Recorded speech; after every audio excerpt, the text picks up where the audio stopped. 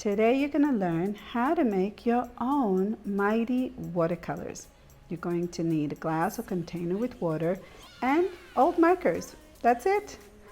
I want you to get all your old markers. Don't throw any markers away anymore. And what you need to do is just start separating all those colors into groups. So all the blues together, all the greens together, all the yellows, oranges, because these are going to turn into watercolors. Once you've separated all your colors, get your water.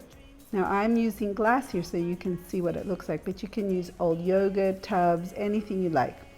Start putting all the colors into each container. So all the greens together, all the reds together, all the blues together. And you can keep adding to these as your watercolor starts running out. Use thick ones too because they have a lot of dye in it. And just pop them in there and you're going to notice that after a few minutes you already starting to have watercolor. And this is the fun part, watching everything change. And then after a few hours, this is what it looks like.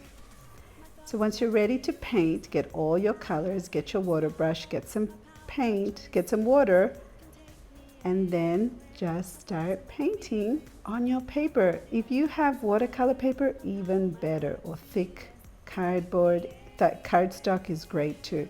But look at the beautiful watercolors with your old markers. So never throw your markers away. Now I want to show you a second way to make Mighty Watercolors, and that's with markers. Look what happens when you use water-based markers. They turn into watercolor. Now when you want to use these, get a black Sharpie that's not water-based, and you can draw color in with your markers. Put any color that you like, and then with a brush in water, paint on it, and it turns into watercolor. How about that?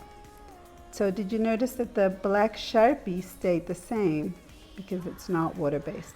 Now here's a quick way if you want to make a beautiful sunset with markers.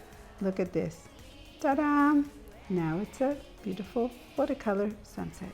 Have fun, mighty girl.